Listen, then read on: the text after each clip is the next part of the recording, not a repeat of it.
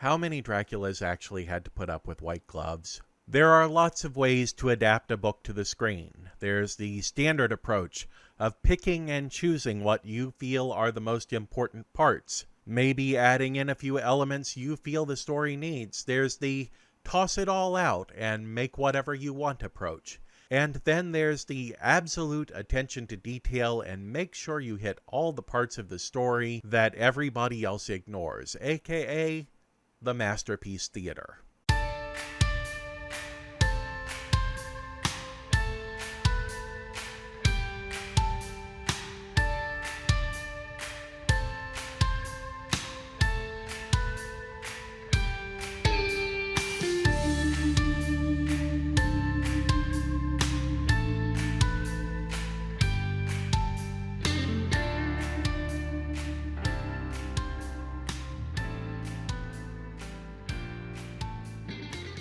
Louis Jourdan was born in Marseille in 1921. The son of hoteliers Henri Gendre and Yvonne Jourdan, he first proclaimed that he wanted to be an actor after his father introduced him to Raimund and Charles Blavet when they were filming La Femme du Boulanger. He attended acting school, and in 1939 he was all set to make his acting debut in Charles Boyer's Le Corsaire when, wouldn't you know it, that pesky World War II came knocking. Specifically, France was occupied by Germany. Le Corsaire was shelved and never completed, but Jourdan continued to make films, in particular with Marc Allégret and Marcel L'Herbier. By the way, my partner complained last time I covered a French actor that I didn't ask for her help with pronunciation, so I obviously learned from my lesson and proceeded to make the exact same mistake this time around. He was a popular leading man with French filmmakers, but not very popular with the German occupiers, who attempted to recruit him to appear in Nazi propaganda films. But Jourdan refused to accept their offers and joined the French resistance, working underground to help bring the Nazi occupiers down.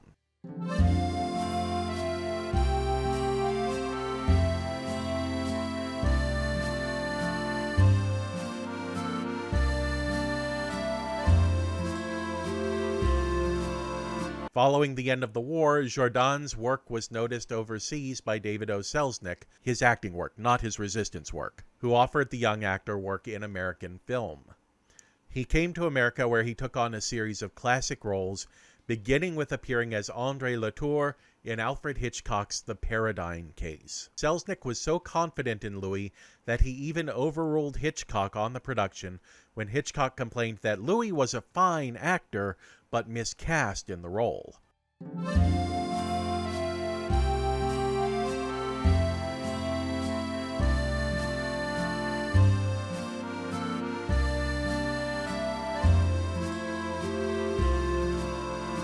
Hollywood wasted no time in setting up Jourdan as a French lover, and he worked steadily throughout the 1960s in Hollywood, frequently appearing in musicals like Gigi and Can-Can. He would also return to Europe to take on work in the French and English industries, but he primarily focused on American productions.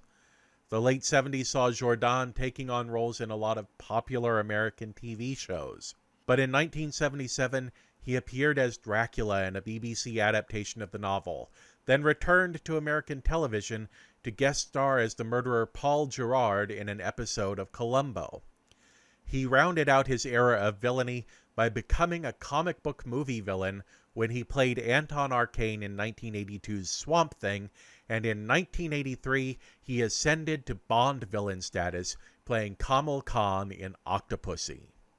You can find Louis Jourdan occupying 2 stars on Hollywood's Walk of Fame, one for his performances in movie musicals and the other for his work in television.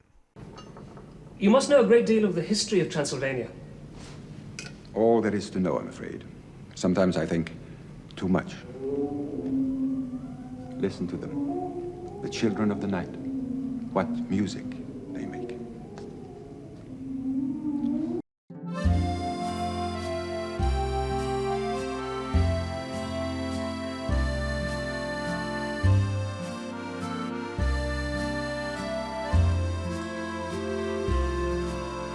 1977's Count Dracula from the BBC is a prestige production with a lot of money spent on the set and costumes and, yes, the special effects, which have sadly not aged as well as the rest of the production.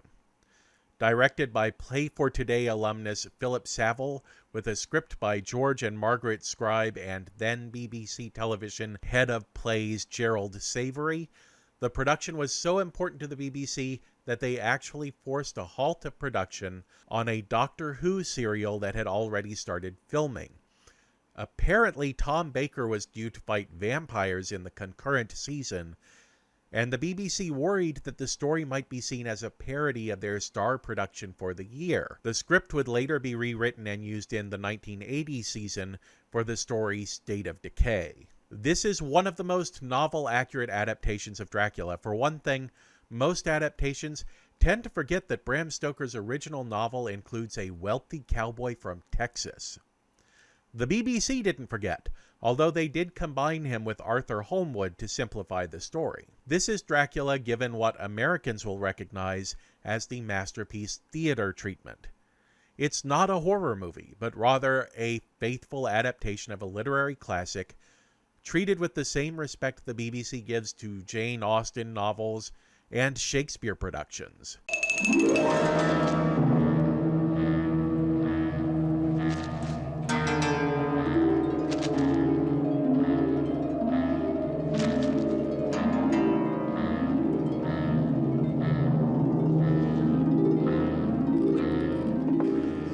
Louis Jourdan said that when playing Dracula, he considered the character a fallen angel, saying, "I think Dracula should be played as an extremely kind person who truly believes he is doing good. He gives eternal life." And that brand of kindness shows through in his performance. It is not what many people would recognize as kindness today, not a tenderness or a softness, but rather a very patrician kindness. This Dracula is dripping with noblesse oblige. He knows that he has been granted great gifts by the universe, and it is his obligation to share those gifts with the less fortunate. But he's also going to make sure that he continues to enjoy them the most. Isn't that just like a royal? The dignity with which Jourdan plays the character is so noble and mighty that it is, honestly, jarring to see Dracula flapping his way down the side of his castle. Not every critic agrees with me, however. The Guardian's Nancy Banks Smith at the time complained that Jourdan emphasized the lover at the expense of the demon, but praised the sulphurous smoke effects and the pleasant sensation of space and time and money. Everybody's looking for different things in a Dracula. The movie clocks in at a respectable 155 minutes in length. In its initial airing on the BBC, it was shown in its entirety, but subsequent airings split the production into 3 parts, usually shown across 3 nights. Viewing via streaming service, however, you can see the entire work uninterrupted as it was intended.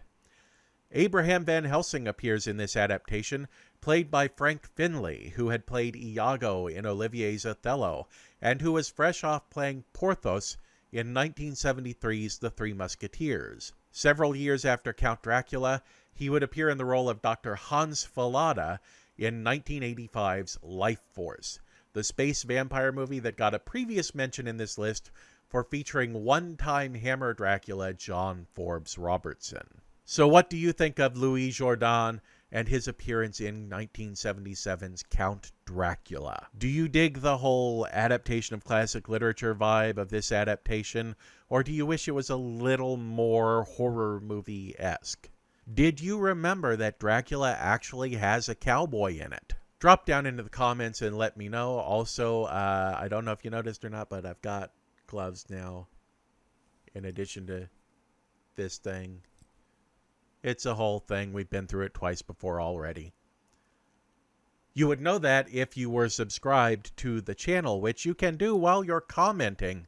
There's like, subscribe, there's the bell that you can ring in order to get notifications every time a new Film Optimist video is posted. There's also a share button where you can share this video with your fellow Dracula-loving film nerds. Until next time, I am Glenn Williams, the Film Optimist, reminding you to watch like it means something. Thank you.